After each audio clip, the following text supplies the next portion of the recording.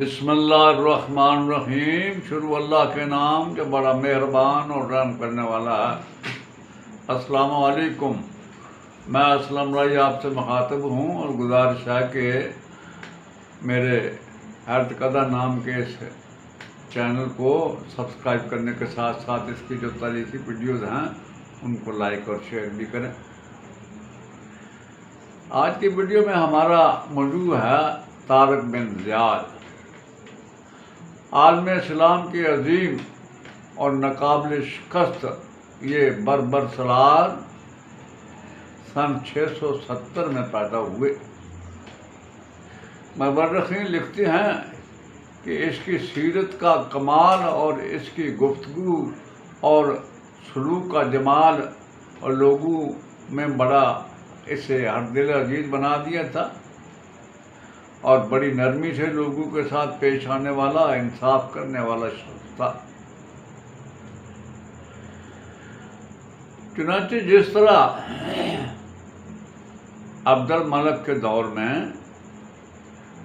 مشرقی علاقوں کا نامور گورنر حجاج بن یوسف تھا، اسی طرح افریقہ میں جو گورنر ہے وہ موسیٰ بن نصیر کو مقرر کیا گیا۔ اب موسیٰ بن نصیر کے ساتھ بڑے نامور سالار بھی رکھے گئے، جن میں سب سے اوپر نام طارق بن زیاد کا آتا ہے، اس کے بعد طریف بن مالک ہے، مغیث ہے۔ ان سارے سرکردہ سالاروں کے ساتھ لشکر جو ہے وہ افریقہ پہنچا۔ تنجا چونکہ سارا مراکش کا جو بندرگاہ تھی وہ اسپین کے زیادہ قریب تھی اور وہاں سے لوگوں کے حملہ آور ہونے کے بھی خدشات تھے، لہذا اس علاقے کا جو گورنر ہے وہ موسیٰ بن نصیر نے طارق بن زیاد کو بنایا۔ اس کے بعد موسیٰ بن نصیر نے اپنی بحری قوت کی ابتدا کرنے کے لیے طارق بن زیاد کے ساتھ مشورہ کر کے بزنطینی سلطنت کا جو شہر اور بندرگاہ جس کا نام قرطاجنہ تھا اس پر حملہ آور ہو کر انہیں وہاں سے مار بھگایا، اور اس طرح مسلمانوں کے پاس کچھ جہاز اور کشتیاں بھی ہو گئیں۔ چنانچہ مسلمان افریقہ کی بہتری اور بھلائی کے لیے کام کرتے رہے۔ پورا شمالی افریقہ ایک طرح سے مسلمانوں کی گرفت میں تھا۔ صرف سبتہ کی ایک بندرگاہ تھی جو ایک عیسائی حکمران جولین کے قبضے میں تھی۔ جولین اصل میں بزنطینی حکومت کا ماتحت تھا اور اس سے پہلے قسطنطنیہ سے اسے احکامات ملتے تھے۔ چونکہ قسطنطنیہ دور تھا، اگر اس پر کوئی حملہ آور ہوتا تو قسطنطنیہ سے مدد نہیں مل سکتی تھی، لہذا اس نے اپنے آپ کو بزنطینی حکمرانوں سے اجازت لے کر جو ہے وہ اندلس یعنی اسپین کے ساتھ جو ہے ملحق کر لیا تھا۔ یہ چونکہ مسلمانوں کے ساتھ صلح پسندی سے رہتا تھا، لہذا مسلمانوں نے اس کے خلاف بھی کوئی کارروائی نہ کی۔ اب آتے ہیں مسلمانوں کے اسپین پر حملہ آور ہونے کی وجوہات اور اس پر حملہ اور مسلمانوں کی کارروائیاں۔ اسپین پر مسلمانوں کے حملہ آور ہونے کے بہت سے عوامل اور بہت سی وجوہات ہیں۔ پہلی اشاعت اسلام ہے، جسے ہر دور میں مسلمانوں نے اپنا ایک فریضہ سمجھ کر اسے ادا کیا۔ دوسرا جذبہ جہاد تھا۔ جہاد سے مطلب کچھ لوگوں کو یہ غلط فہمی ہو جاتی ہے کہ ہر غیر مسلم کے خلاف جو ہے وہ لڑنا جہاد ہے۔ جہاد اصل یہ ہے کہ تبلیغ اسلام کے سامنے اگر کوئی رکاوٹ بنتا ہے یا اسے روکنے کی کوشش کرتا ہے تو اس کے خلاف جو ہے جو لڑائی کی جائے وہی جہاد ہے۔ اور اگلی جو وجوہات ہے وہ یہ کہ مسلمان ایک بحری طاقت بننا چاہتے تھے، اس لیے کہ اس سے پہلے مسلمان خشکی ہی میں جنگیں کرتے رہے تھے، اور پھر عرب جو ہے وہ صحرا کے رہنے والے تھے۔ جب شام کا علاقہ فتح ہوا اور اس کے بعد افریقہ بھی فتح ہوا تو ان سارے علاقوں پر جو سمندر کے کنارے شہر مسلمانوں کے قبضے میں آئے، ان کی حفاظت کے لیے مسلمانوں کی یہ مجبوری ہوگی کہ وہ بحری طاقت بنے، لہذا مسلمانوں نے بحری طاقت بننے کی ابتدا کر دی۔ ایک اور وجہ اسپین پر حملہ آور ہونے کی یہ تھی کہ افریقہ پر اسپین سے اکثر و بیشتر حملہ آور ہوتے رہتے تھے، لہذا اندلس کو یعنی اسپین کو فتح کرنا ایک طرح سے مسلمانوں کی مجبوری تھی تاکہ افریقہ کی حفاظت کی جا سکے۔ اس سلسلے میں بہت سے مورخ ایک اور بھی وجہ بیان کرتے ہیں، اور وہ وجہ یہ ہے کہ سبطہ کا حاکم جو تھا جولین، پہلے اس کا سسر وٹیزا اسپین کا حکمران تھا، اس لیے کہ اسپین کے بادشاہ وٹیزا کی بیٹی جولین کی بیوی تھی، اور موجودہ اسپین کا بادشاح راڈرک پہلے وٹیزا کا سپہ سالار تھا۔ اس نے کلیسا کے ساتھ ساز باز کر کے وٹیزا کو سبکدوش کر کے خود حکمران بن گیا، لہذا جولین بھی ایک طرح سے اسپین کے بادشاہ راڈرک کے خلاف تھا۔ اس کی وجہ ایک اور یہ بھی بنی کہ اسپین میں یہ رواج تھا کہ بڑے بڑے نواب اور امیر لوگ اپنی بیٹیوں کی تربیت کے لیے شاہی محل میں ملکہ کی زیر تربیت جو ہے بھیجتے تاکہ ملکہ ان کی اعلیٰ پیمانے پر جو ہے وہ تربیت کا کام سر انجام دے۔ اسی طرح جولین کی بھی ایک بیٹی نام جس کا فلورنڈا تھا، وہ وہاں زیر تربیت تھی، جس کے ساتھ راڈرک نے بدتمیزی کی۔ چنانچہ جولین اپنی بیٹی کو لے کے افریقہ آیا۔ پہلے مورخین کے مطابق وہ طنجہ پہنچا تارکمنجاز کے پاس اور اسپین پر حملہ آور ہونے کی گزارش کی، پھر کیروان پہنچا اور یہی گزارش اس نے موسیٰ بن نصیر سے کی۔ اس کے علاوہ جس وقت مسلمان افریقہ میں اپنے قدم جما چکے تھے، بہت سے غلام اور یہودی جو ہے وہ اسپین سے اٹھ کر افریقہ میں آتے تھے اور موسیٰ بن نصیر اور تارکمنجاز سے اسپین پر حملہ آور ہونے کی التجا کرتے تھے۔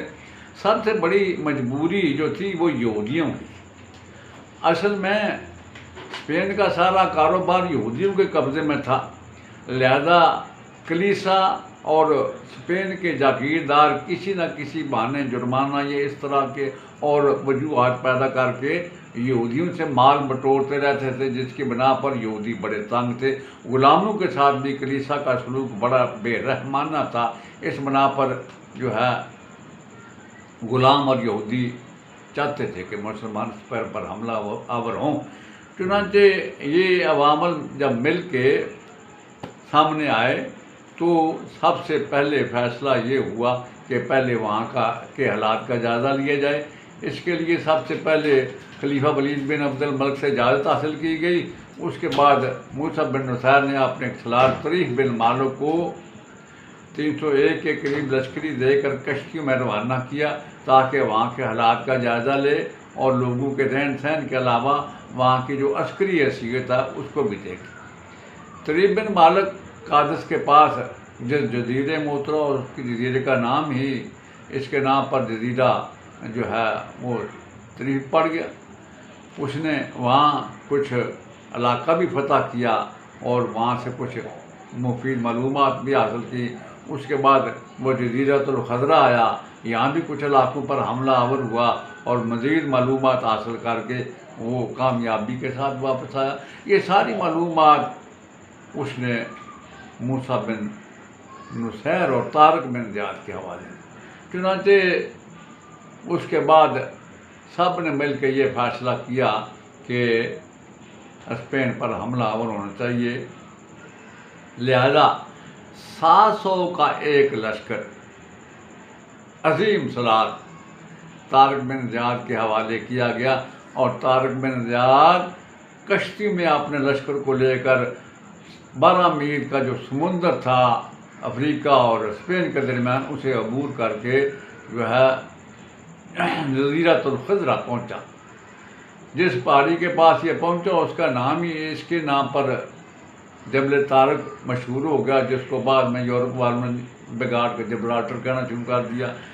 یہاں قدم جمانے کے بعد تاریخ کے جو معلومات تھیں اس کو سامنے رکھتے ہوئے طارق بن زیاد آگے بڑھا، اور اس نے ایک عظیم عسکری سالار جو ہے اس کا مظاہرہ کرتے ہوئے اپنے لشکر کے ساتھ بہترین جگہ کا انتخاب کیا۔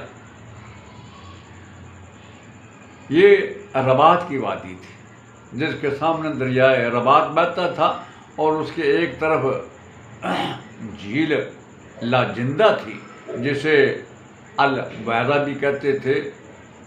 اسی کے اندر طارق بن زیاد نے اپنے جہازوں اور کشتیوں کو کھڑا کیا تھا۔